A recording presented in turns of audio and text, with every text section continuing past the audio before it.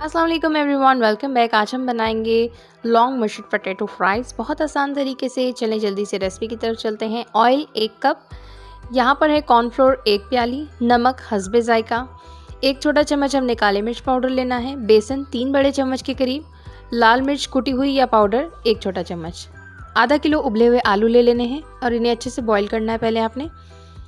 अब हम क्या करेंगे, पहले हमने जो बॉयल आलू लिए हैं इनको हमने फ्राई करना है। तो हम पहले डाल लेते हैं ऑयल तकरीबन हम 1 कप डाल लें, क्योंकि हमने इन्हें शैडो फ्राई करना है, डीप फ्राई नहीं करना। तो ऑयल आप अपने हिसाब से ले सकती हैं। बारी बारी जो आपने पोटैटोज़ लिए हैं उनको इसमें डालें और ऑयल गर्म होने के बाद ही आप इसमें डालेंगे। उसके बाद आंच का ख़ास ख्याल रखिएगा, आंच को मीडियम रखिएगा, क्योंकि आपने इसको बिल्कुल ही पकाना नहीं है। सिर्फ ऊपर एक क्रिस्पी सी लेयर आती है, वो लेयर लेकर आपने आनी है। तो वो लेयर लाने के लिए आपके तकरीबन 5 से 8 मिनट तक लग सकते हैं। तो आलू के ऊपर एक अच्छी सी परत आ जाती है गोल्डन कलर की, ये आपको नज़र आ रही होगी। अगर कैमरा इसे कैप्चर कर पा रहा है तो मैं आपको दिखा देती हूँ, ये लेयर आ चुकी है।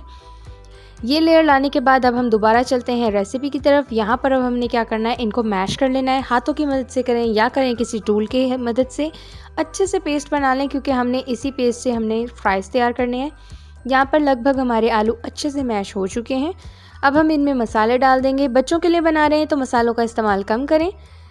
सबसे पहले डाल लेते हैं इसमें बेसन मैंने 3 चम्मच ले लिया है, 3 बड़े चम्मच। कॉर्नफ्लोर 1 छोटा प्याली के करीब कॉर्नफ्लोर है। इसके अलावा आप इसमें चाट मसाला भी डाल सकते हैं। यहाँ हमने डाल दी है काली मिर्च पाउडर, ये मैं डाल रही हूँ लाल मिर्च कुटी हुई, मैंने कुटी हुई ली है, आप पाउडर भी ले सकते हैं। नमक हस्बे ज़ायका यानी कि 1 छोटा चम्मच। अब इसे अच्छे से मिक्स कर लें। अब मैं इसे हाथ से मिक्स करूँगी, क्योंकि हाथ से मिक्स करने का ये फ़ायदा होगा कि मसाला आलूओं के चारों तरफ अच्छे से लग जाएगा और मसाला जो है आलू अच्छे से जज़्ब कर लेंगे। चम्मच से उस तरीके से प्रॉपरली हम इसे मिक्स नहीं कर सकते। मुझे लगता है कि इसमें ऑयल की थोड़ी सी ज़रूरत है, क्योंकि हमने इसको शेप देनी है और काफ़ी हार्ड हो चुके हैं। तो मैंने तकरीबन 2 से 3 चम्मच के करीब इसमें ऑयल डाला है।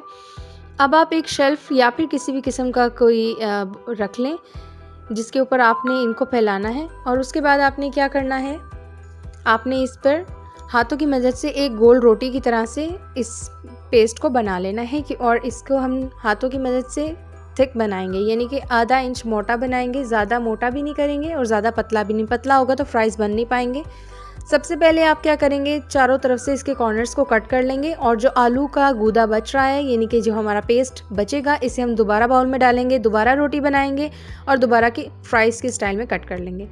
छुरी की मदद से अब हम इसकी कटिंग कर लेते हैं। फ्राइज़ का साइज़ और जो चौड़ाई है आप अपनी मर्ज़ी से रख सकती हैं, बारीक बना सकती हैं, मोटे बना सकती हैं, जैसे आपके बच्चे खाना चाहें बना सकती हैं। इसके बाद आप इसे किसी भी रैपर में रख के फ्रीज़ कर सकती हैं। तकरीबन 15 दिन के लिए आप इसे फ्रीज़ कर सकती हैं। फ्रीज़ किए हुए आप यूज़ करें और डीप फ्राई करें, आपके ये फ्राइज़ बहुत ही टेस्टी बनेंगे। ये बच्चों के लिए झटपट से और हेल्दी रेसिपी है, तो आप लोगों ने ज़रूर ट्राई करनी है और अपने बच्चों को बना के देना है कुछ स्पेशल, क्योंकि नॉर्मल फ्राइज़ जो हम बनाते हैं वो शेप में छोटे होते हैं और ये शेप में देखें कितना बड़ा है।